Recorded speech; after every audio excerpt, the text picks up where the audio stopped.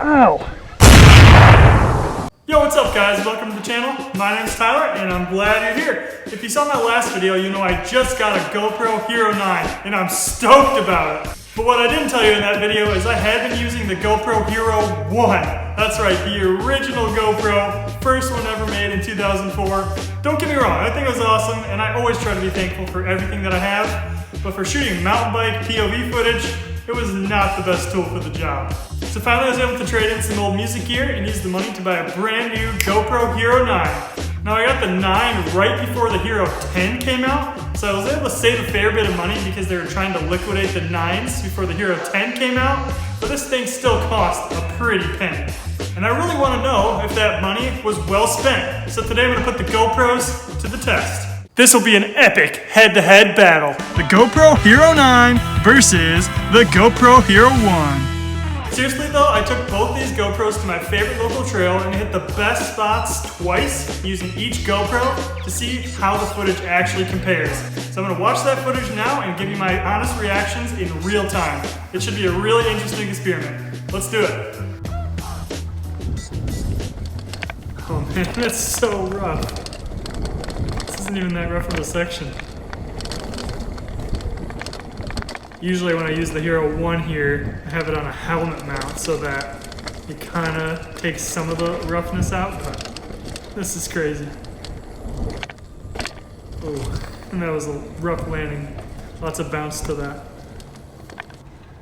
Oh my gosh! This is the Hero 1, the Hero 9. It looks so much better. You can see my handlebars are still shaking on the screen, but the frame is so still. It was insane. Even on those pedals. Okay, still a little bit of a bounce on that landing. Alright, this is a fun section. It's kind of off the beaten path a little bit.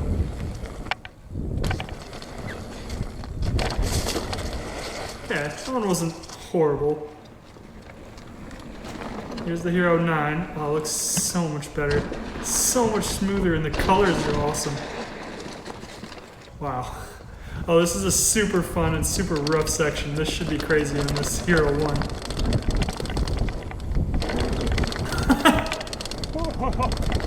So fun. That's ridiculous. It's so shaky. Alright, here's a drop and then a hit.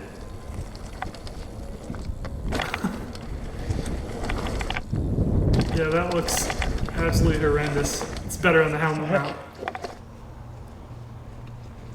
Oh, I like the wider view of the Hero 9. See more trees and stuff. Oh my gosh, that is so much smoother. That is insane. You can see my bars were shaking, but the frame, still just perfect. Okay, still a bounce there. Still a bounce there. Those are some pretty harsh landings, but way better.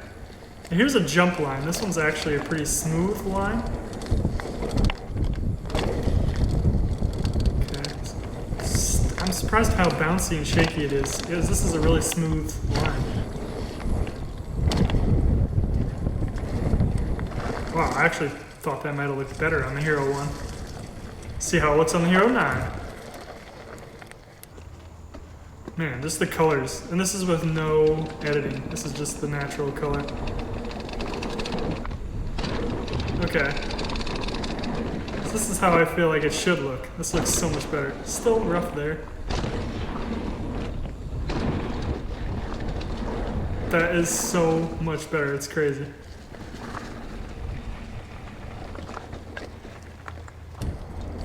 Okay, this is another rough section. This will be interesting.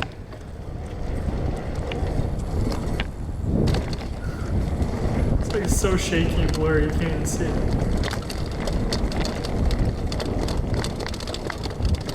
That was horrible. It's a little better on the helmet mount. Oh yeah. Oh, this looks like real life. This is so much better. Nice. You can see wider angles. I like all the trees. the motion blurs a lot less with the Hero 9. Woo! I love that section. Sick. I think the audio is better too on the Hero 9, which makes sense. Alright, here's the ski jump.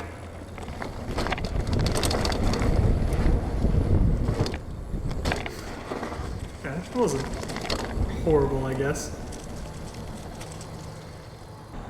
Alright, Hero 9. Wow. It looks so much smoother. It looks like a roller coaster. Still a little bumpy there.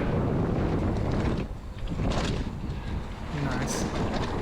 It doesn't take all the bumps out, but... Well, that was tiring but fun. Alright, let's head back to the MTB headquarters and talk about what we learned from that. Well, that was tiring but fun.